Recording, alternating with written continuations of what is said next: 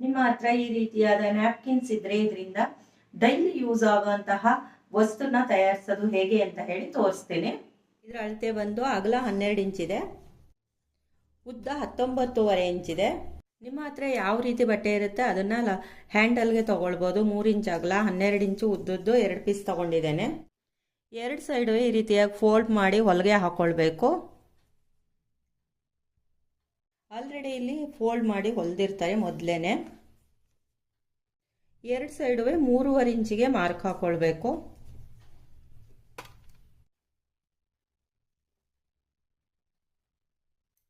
ಇಲ್ಲಿ ಮೊದಲೇ ಫೋಲ್ಡ್ ಇರುತ್ತೆ, ಇಲ್ಲಿ ಹ್ಯಾಂಡ್ಲನ್ನ ಈ ಫೋಲ್ಡ್ ಇರುತ್ತಲ್ಲ ಇದನ್ನ ಈ ರೀತಿಯಾಗಿ ಫೋಲ್ಡ್ ಮಾಡಿ 2 ಸೈಡುವೆ ಹ್ಯಾಂಡ್ಲ್ ಇಟ್ಬಿಟ್ಟು ಫೋಲ್ಡ್ ಮಾಡಿಬಿಟ್ಟು ಒಂದು ಹೊಲಿಗೆ ಹಾಕೊಳ್ಬೇಕು.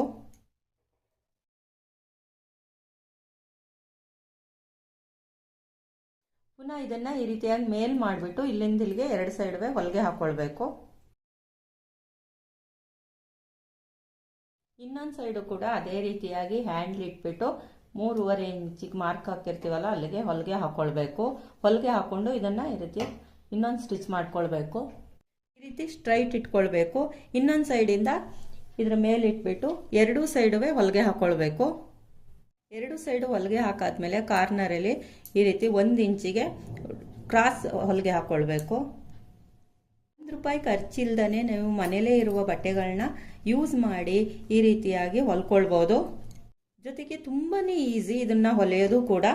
ಡೈಲಿ ಪರ್ಚೇಸ್ಗೆ ಅರ್ಜೆಂಟ್ ಹೋಗಬೇಕು ಅಂದರೆ ದುಡ್ಡಿರೋ ಪರ್ಸು ಮತ್ತು ಮೊಬೈಲ್ ಹಾಕೊಂಡು ಈ ರೀತಿಯಾಗಿ ಹೊರಡ್ಬೋದು.